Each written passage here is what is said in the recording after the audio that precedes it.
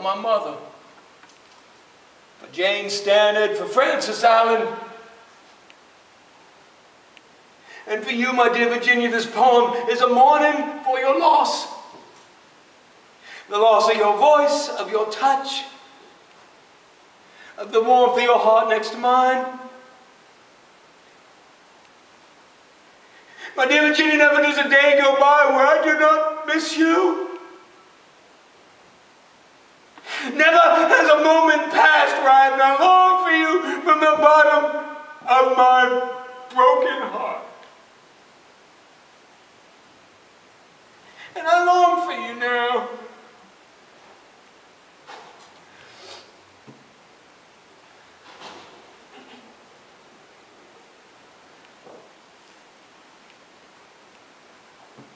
Once upon a midnight dreary, while I pondered weak and weary over many a quaint and curious volume of forgotten lore, while I nodded, nearly napping, suddenly there came a tapping, as of someone gently rapping at my chamber door. 'Tis some visitor, I muttered, tapping at my chamber door. Only this, and nothing more. Ah, distinctly I remember it was in the bleak December, and each separate dying ember wrought its ghost upon the floor. Eagerly I wished the morrow, vainly I had sought to borrow from my books surcease of sorrow, sorrow for the lost Lenore, for the rare and radiant maiden whom the angels named Lenore, nameless here forevermore. And the silken, sad, uncertain rustling of each purple curtain thrilled me, filled me with fantastic terrors never felt before, so that now, too, still the beating of my heart, I stood repeating, 'tis some visitor entreating entrance at my chamber door. Some late visitor entreating entrance at my chamber door. This it is, and nothing more. Presently my soul grew stronger, hesitating then, no longer, sir, said I, oh madam, truly your forgiveness I implore. But the fact is I was napping, and so gently you came rapping, and so faintly you came tapping at my chamber door, that I scarce was sure I heard you. Here I opened wide the door. Darkness there, and nothing more. Deep into that darkness peering, long I stood there wondering, fearing, doubting, dreaming dreams no mortals ever dared to dream before. But the silence was unbroken, and the stillness gave no token, and the only word there spoken was the whispered word, Lenore. This I whispered, and an echo murmured back the word, Lenore. Merely this, and nothing more.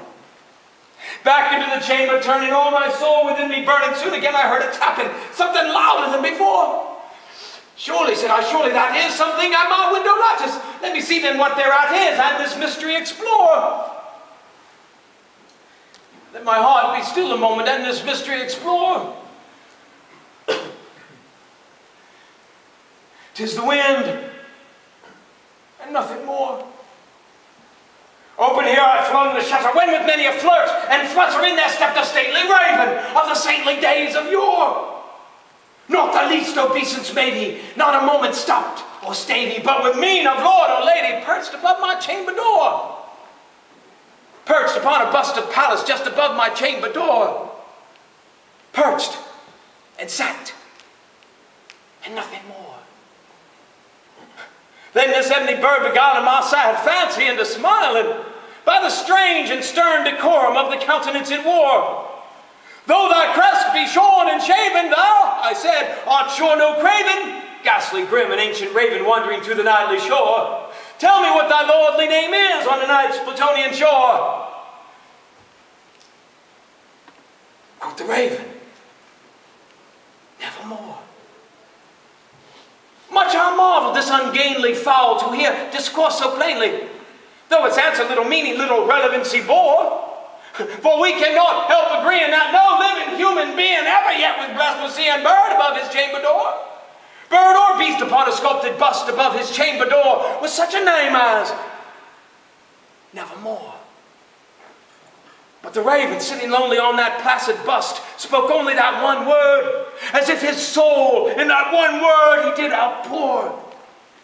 Nothing further than he uttered, not a feather then he fluttered, till I scarcely more than muttered, other friends have flown before. On the morrow he will leave me as my hopes have flown before. And the bird said, nevermore. Startled at the stillness broken by reply so aptly spoken, doubtless that I what it utters is its only stock and store, caught from some unhappy master whom unmerciful disaster followed fast, and followed faster till the songs one burden bore, till the dirges of his hope that melancholy burden bore. Nevermore. But the raven still beguiling my sad soul into smiling straight, I wheeled a cushioned seat in front of bird and bust and door. Then upon the velvet sinking, I betook myself to linking fancy unto fancy, thinking, what this ominous bird of yore? What this grim, ungainly, ghastly, gaunt, and ominous bird of yore meant in croaking? Nevermore. This I sat engaged in guessing, by no syllable expressing to the fowl, whose fiery eyes now burned into my bosom's core. This and more I sat divining, with my head at ease, reclining on the cushion's velvet lining, that the lamplight gloated o'er, but whose velvet violet lining with the lamplight gloating o'er, she shall press. Nevermore. Then methought the air grew denser, perfumed from an unseen censer, swung by seraphim, whose footfalls tinkled on the tufted floor. Wretch, I cried, thy God hath lent thee. By these angels he has sent thee. Respite independently from thy memory of Lenore. Quaff, oh quaff, this kind nepenthe and forget thy lost Lenore. Quoth the raven, nevermore. Prophet, said I, think of evil prophet, still at bird or devil, whether tempest sent or whether tempest tossed thee here ashore. Desolate yet all undaunted on this desert land, enchanted on this home by horror haunted. Tell me truly, I implore, is there balm in Gilead? Tell me, I implore. Quoth the raven, nevermore. Prophet, said I, think of evil prophet still, if bird or devil, by that heaven that bends above us, by that God we both adore. Tell this soul with sorrow laden, if within a distant Aden it shall clasp a sated maiden, whom the angels name Lenore. Clasp a rare and radiant maiden, whom the angels name Lenore. Quoth the raven, nevermore. Be that word our sign of parting, bird, or fiend, I shrieked upstarting. Get thee back into the tempest and the night's Plutonian shore. Leave no black plume as a token of that lie thy soul has spoken.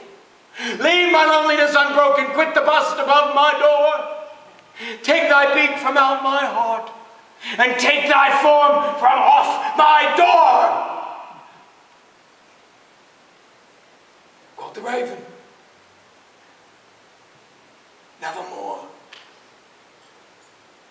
And the raven, never flitting, still is sitting on the pallid bust of Pallas, just above my chamber door.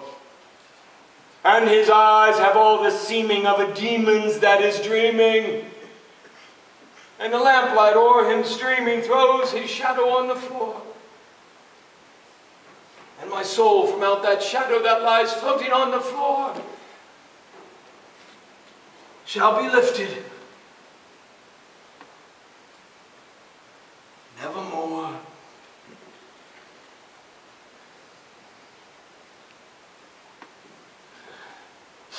Oh.